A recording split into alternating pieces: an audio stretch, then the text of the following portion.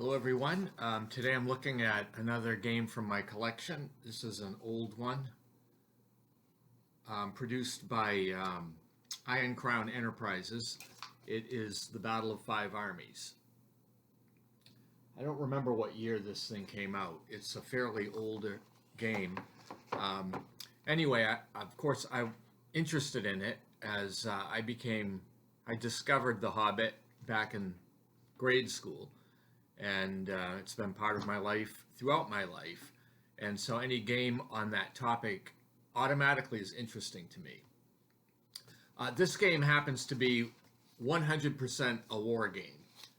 It's a hex encounter war game, and that's all there is to it. However, the context is quite interesting in the sense that it is the Battle of Five Armies at the Lonely Mountain in The Hobbit. So, for that reason alone, I like this game.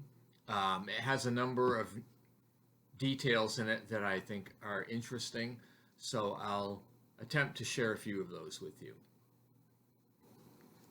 As you can see on the map here, this is a geographic portrayal of where the battle happened. On the northwest part of the map, you see it's the Lonely Mountain. It's the edges of it, and the front gate is present, the city of Dale, and the running river. As well, I'll have to say the map has a number of, geographic locations that are in the book, which I find very interesting.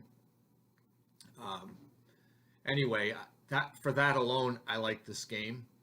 It also has all of the factions, so I'll go over a few of these. First of all, you have all of the groups that formed an uneasy alliance during this battle. So you have the dwarves, the elves,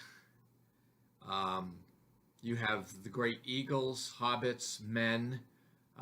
These all converge together to form an alliance against the enemies, the real enemies, the orcs, the wargs, wolves, and those who support these ones. There are also a number of persons that are portrayed in the book that have a counter in this game and have a role. You have Bilbo, Bard, Bjorn, Dane, Gandalf, the Lord of the Great Eagles makes an appearance here, Thorin, of course, the Lord of the Sindar Elves, and then the Azog, Balg, Gurash, Asag, and Thrak and Thuk. They all play a role in this game as leaders. They have control over certain troops. They enhance their combat ability. The game's fairly simple. This game uses chits. So the chits that are drawn, depending on the turn, are move chits, combat chits, fire chits, and then there's another chit called fire combat. And when you draw that, you get to pick which one you want it to be. It's either fire or combat. On some of the turns, the very first chit you're allowed to select can be, done conscientiously. You can be deliberate in how what movement you want to start the turn. However, then afterward, it is random out of the cup. And there are usually more chits in the cup than you can draw, so you may not get the chit that you're looking for. However, that's really how the game progresses. As would be expected, the elves and some of the others do have the ability to engage in fire combat. They have bow and arrows, and they can shoot at range. And then in melee combat, there are some that really excel. Some of the orcs and obviously the dwarves are very good at this. Also, there's some special rules for Gandalf. He is in this game, and he can 3 times during the course of the game use spells against the dark side's forces. So that's always fun, a fun aspect of this game. There's optional rules too, that come from the book, of course. One of them is the bat attack.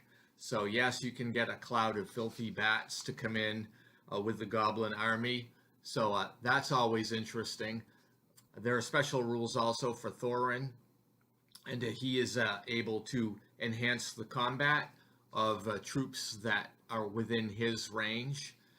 And there's other things that can be handled by the different leaders, have different strength abilities to add. That's about it with this game. It's a fun game. I think it's hard to find. It's certainly out of print, and I think it is a hard game to find now in the secondhand market. But it is 100% a battle game, and it has the color of including the various leaders and the various peoples or races, if we want to call them that, in the fiction. And of course, it does recreate the battle to some degree, and it really is Smash Mouth. So if you're interested in the Tolkien works, this game would be a fun one to have in your collection, despite its flaws. Anyway, I hope you enjoyed this brief look at this game.